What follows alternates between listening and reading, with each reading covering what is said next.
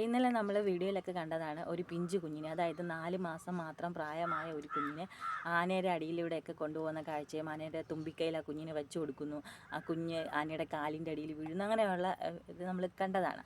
അപ്പോൾ അതിലെ ഒരു ചെറിയൊരു വീഡിയോ ഞാൻ നിങ്ങൾക്ക് ഇതിൽ ഷെയർ ചെയ്യാം. തുമ്പിക്കൈയുടെ അടിയിൽ കൂടി കടത്തുന്നതിനിടെ 7 മാസം പ്രായമുള്ള കുഞ്ഞ് ആനയുടെ കാൽച്ചുവട്ടിൽ വീണു. പാപ്പാന്റെ കയ്യിൽ നിന്നാണ് കുഞ്ഞ് താഴേക്ക് വീണത്. ഹരിപ്പാട് സ്കന്ദൻ എന്ന ആനയുടെ മുന്നിലായിരുന്നു സംഭവം. 2 മാസം മുൻപ് പാപ്പാനെ കുത്തിക്കൊന്ന ആനയാണിത്.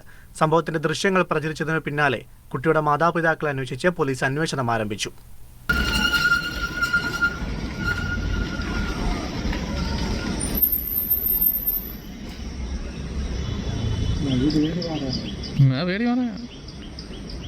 അപ്പോൾ ഇതൊരു നല്ല കാര്യമാണോ ചോദിച്ചാൽ നല്ല കാര്യമാണെന്ന് നമുക്ക് പറയാൻ പറ്റില്ല. വിവരമില്ലായ്മ എന്ന് മാത്രമേ നമുക്ക് പറയാൻ പറ്റുള്ളൂ.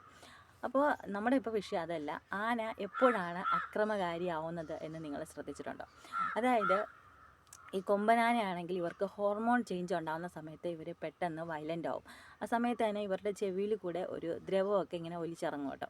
അതുപോലെ തന്നെ ആനയ്ക്ക് അവരുടെ കുഞ്ഞ് അവരുടെ കൂടെ ഉണ്ടെങ്കിൽ അതിനെന്തെങ്കിലും സംഭവിക്കാൻ പോകുന്നു എന്ന് അതിന് തോന്നിക്കഴിഞ്ഞാൽ ആന പിന്നെ മുന്നും പിന്നൊന്നും നോക്കില്ല, അവർ അക്രമകാരിയാവും. അതുപോലെ തന്നെയാണ് ഈ ആനയുടെ ദേഹത്ത് എന്തെങ്കിലും മുറിവുകളോ ചതവുകളൊക്കെ ഉണ്ടെങ്കിൽ അതിലുണ്ടാവുന്ന വേദനയൊക്കെ ആനയെ പെട്ടെന്ന് അക്രമകാരിയാക്കും. നമുക്കായാലും നമ്മുടെ ശരീരത്തിലൊരു വേദനയൊക്കെ വന്നു കഴിഞ്ഞാൽ നമ്മൾ എന്തെങ്കിലും ജോലി ചെയ്തുകൊണ്ടിരിക്കുകയാണെങ്കിൽ നമുക്ക് പെട്ടെന്ന് ദേഷ്യം വരില്ലേ?